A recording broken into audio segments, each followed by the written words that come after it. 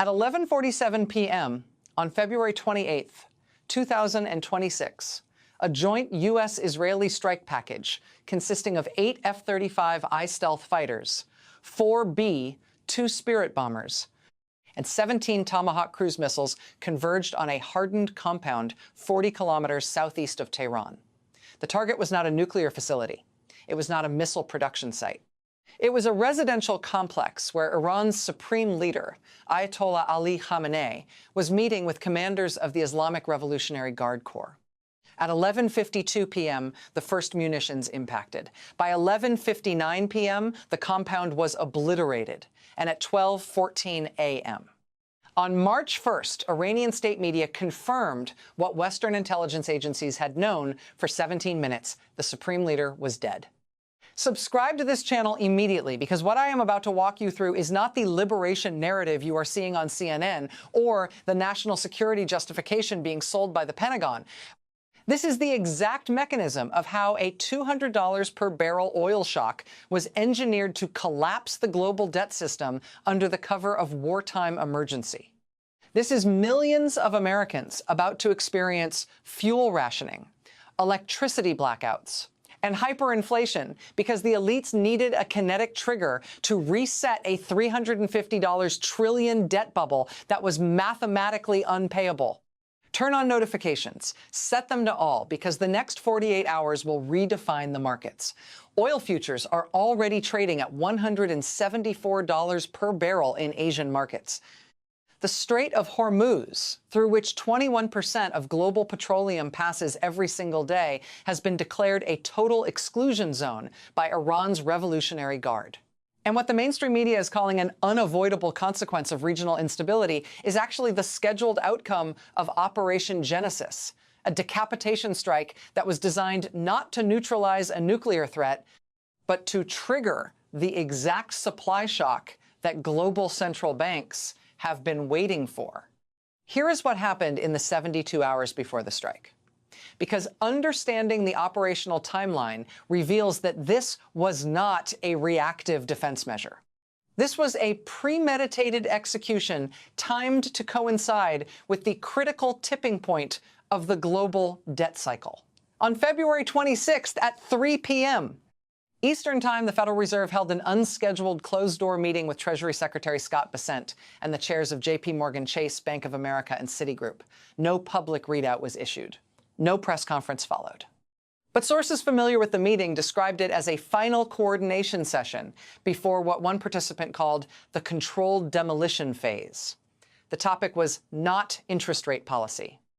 It was emergency protocols for when oil crosses $200 per barrel and the petrodollar system experiences what internal Fed documents describe as catastrophic repricing pressure. On February 27th at 9 a.m., U.S. Strategic Command moved nuclear-capable B-2 bombers from Whiteman Air Force Base in Missouri to undisclosed forward operating locations.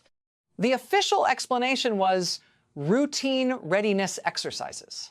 The reality, according to defense contractors with knowledge of munitions loadouts, is that those bombers were pre-positioned for deep penetration strikes into Iranian territory. The mission planning had been completed weeks earlier. The authorization was given 48 hours before impact. On February 28th at 6 a.m., Israeli Prime Minister Benjamin Netanyahu convened his security cabinet in the Kiryat military complex in Tel Aviv. Present were Defense Minister Yoav Gallant, Mossad Director David Barnea, and IDF Chief of Staff Herzi Halevi. The meeting lasted 34 minutes. At 6:47 a.m., Netanyahu called President Trump. That conversation lasted 11 minutes. By 7 a.m., the strike was authorized. By 11:47 p.m., Khamenei was dead. Hit that like button right now if you understand what just happened. A leader who has maintained Iran's strategic patience for 35 years, who has resisted every provocation designed to trigger a regional war, who has kept the Strait of Hormuz open, even during maximum pressure campaigns, was removed in a single night. The algorithm decides what breaks through. You decide whether this analysis reaches people who need to see it. Because what I am showing you is not a counterterrorism success. This is the systematic removal of the last obstacle to a controlled energy crisis. Here is the hidden mechanism that mainstream media will never explain. The global financial system is built on a $350 trillion debt structure that requires perpetual growth to service interest payments. That growth requires cheap energy. For 5 decades, the petrodollar system has guaranteed oil flows at prices that sustain debt expansion. But since 2020, that system has been collapsing. OPEC Plus has been coordinating with China and Russia to bypass dollar-denominated transactions. Saudi Arabia has been accepting yuan for oil sales. And Iran, under Khamenei's leadership, has been building a non-dollar energy network across Asia that threatened to make the Federal Reserve irrelevant in global energy pricing. The problem is that central banks cannot openly announce they are resetting the debt system. They cannot hold press conferences explaining that $350 trillion in obligations will be restructured through inflation and austerity. They need a cover story. They need a crisis that is external, that appears unavoidable, and that allows them to implement emergency measures that would otherwise trigger revolutions. That crisis is a $200 oil shock caused by the closure of the Strait of Hormuz. And that closure required the removal of the one leader who would never authorize it, Khamenei. Let me show you what Iran did in the first 6 hours after the strike. Because the response was not improvised. It was pre-planned. At 12:47 a.m. on March 1st, 33 minutes after confirming Khamenei's death, Iran's Supreme National Security Council convened an emergency session. Acting Supreme Leader Mohammad Mokhber, who assumed authority under succession protocols, issued 3 directives. 1, activate the Strait of Hormuz exclusion protocol. 2, mobilize all fast attack craft and coastal missile batteries. 3, declare any vessel transiting the strait a legitimate military target. At 1:34 a.m., Iranian Revolutionary Guard naval forces began deploying sea mines across the 2 one-mile-wide choke point between Oman and Iran. These are not crude devices. These are Chinese-supplied smart mines with acoustic sensors that can differentiate between military and commercial vessels. They are designed to create a persistent area denial zone that cannot be cleared without months of sustained minesweeping operations. At 2:15 a.m., Iran's aerospace force launched 4 Khorramshahr, 4 ballistic missiles, at the Ras Tanura oil terminal in Saudi Arabia. The missiles were intercepted by U.S. Patriot batteries, but the message was delivered. Any regional oil infrastructure that continues operations will be targeted. At 3:03 a.m., Tehran announced that the Strait of Hormuz is now a total exclusion zone. Quote, any vessel, military or commercial, attempting to transit Iranian territorial waters will be considered an act of aggression and will be destroyed without warning. The Persian Gulf is closed until the Zionist entity and its American sponsors accept responsibility for this act of war and agree to immediate reparations. Drop a comment right now. Tell me if you believe this was a necessary strike to prevent a nuclear Iran or if this was a planned trigger for economic collapse. I am reading every response because what happens next will determine whether the middle class survives the next 18 months. By 6 a.m. Eastern Time on March 1st, Asian oil markets had opened. Brent crude futures gapped up to $174 per barrel, a 96% increase from the previous close of $88. WTI crude opened at $168. Natural gas futures surged 134%. The energy market moves were not driven by actual supply disruptions yet. No tankers had been attacked. No shipments had been canceled. The price shock was driven by the mathematical reality that if the Strait of Hormuz remains closed for more than 7 days, global oil inventories fall below the strategic minimum required to sustain industrial economies. The International Energy Agency released emergency projections at 8 a.m. If the strait remains closed for 30 days, global oil supplies decline by 17 million barrels per day. That is 17% of global consumption. No amount of strategic reserve releases can compensate for that shortfall. The United States consumes 20 million barrels per day.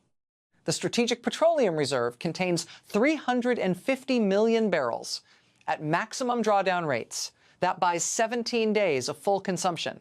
After that, rationing begins. By 10 a.m., European markets opened down 11%. The DAX fell 9.7%. The FTSE dropped 8.4%. Energy stocks surged, while every other sector collapsed. Airlines, logistics companies, manufacturers, and retailers all gapped down on the realization that their operating costs are about to double while consumer demand craters. At 12:30 p.m. Eastern, President Trump addressed the nation from the Oval Office. Quote, "Last night, the United States and our Israeli allies conducted a precision strike that eliminated the world's leading sponsor of terrorism. Ayatollah Khamenei has funded Hezbollah, Hamas, and proxy forces across the Middle East. His regime has pursued nuclear weapons in defiance of international agreement. This strike was necessary, it was justified, and it has made the world safer." Iran's response, closing the Strait of Hormuz, is an act of economic warfare against not just America, but against every nation that depends on energy. "I have ordered the Fifth Fleet to reopen the strait by any means necessary. We will not allow a terrorist regime to hold the global economy hostage." The speech lasted 9 minutes. It included no mention of oil prices. It included no discussion of how Americans will afford $8 per gallon gasoline. And it included no acknowledgement that the strike itself was designed to provoke the exact closure that Trump is now vowing to reverse. Subscribe to this channel right now if you have not already, because what I am about to show you is why this crisis will not be resolved militarily. The Strait of Hormuz cannot be reopened by force without a multi-month campaign that escalates into a regional war involving Iran, Israel, Saudi Arabia, and potentially Russia and China. And that campaign cannot happen because the global economy will collapse long before it succeeds. Here is the scenario that Pentagon war planners are now confronting. Reopening the Strait of Hormuz requires 3 phases. Phase 1, air superiority. The U.S. would need to destroy Iran's integrated air defense network, including S-300 systems supplied by Russia. That requires at least 2,000 strike sorties over 10 days. Phase 2, mine clearance. The strait is now seeded with smart mines. Clearing them requires specialized minesweepers operating in contested waters while under fire from Iranian coastal batteries. That takes 60 to 90 days. Phase 3, escort operations.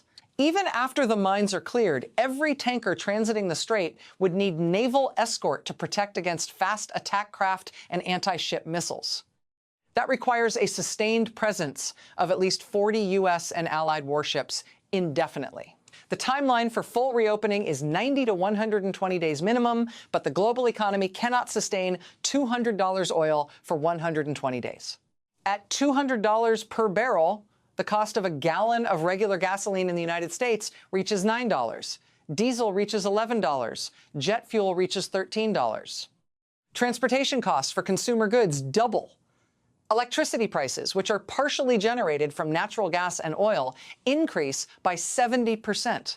Inflation, already running at 4.1% annually, surges to 18% within 60 days. That level of inflation triggers demand destruction. Consumers stop driving. Airlines cancel flights. Freight companies reduce shipments. Factories cut production. And within 90 days, the U.S. economy enters a recession that makes 2008 look like a minor correction. That is the hidden design. The elites do not want to reopen the strait quickly. They want the pain. They want the demand destruction. Because demand destruction is the only mechanism that allows central banks to reduce the $350 trillion debt burden without admitting they are defaulting. Here are the 2 scenarios. Scenario 1, the managed collapse. The Strait of Hormuz remains closed for 90 days. Oil peaks at $220 per barrel.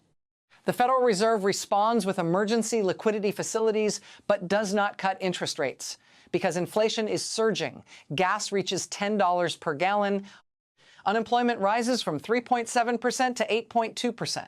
Stock markets fall 40%. The government implements fuel rationing using digital systems that limit purchases based on Social Security numbers. By day 120, the economic damage is severe enough that Iran agrees to a negotiated reopening in exchange for sanctions, relief, and reconstruction funding. The U.S. and Israel claim victory. The middle class is permanently impoverished. The debt system is reset through inflation that has destroyed 50% of purchasing power. This is the controlled demolition scenario. Scenario 2. The uncontrolled spiral. The Strait of Hormuz remains closed for 60 days. Oil hits $250 per barrel. China, which depends on Middle Eastern oil for 40% of its consumption, faces industrial collapse. Beijing announces it will send its navy to escort Chinese-flagged tankers through the strait regardless of U.S. opposition. American and Chinese warships face off in the Persian Gulf. An accidental engagement occurs.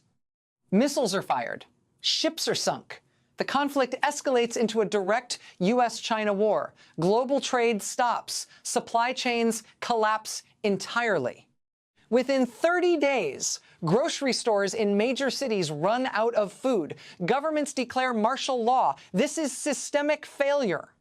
What I know for certain right now, at 11:52 p.m. on February 28th, a U.S.-Israeli strike killed Iran's supreme leader.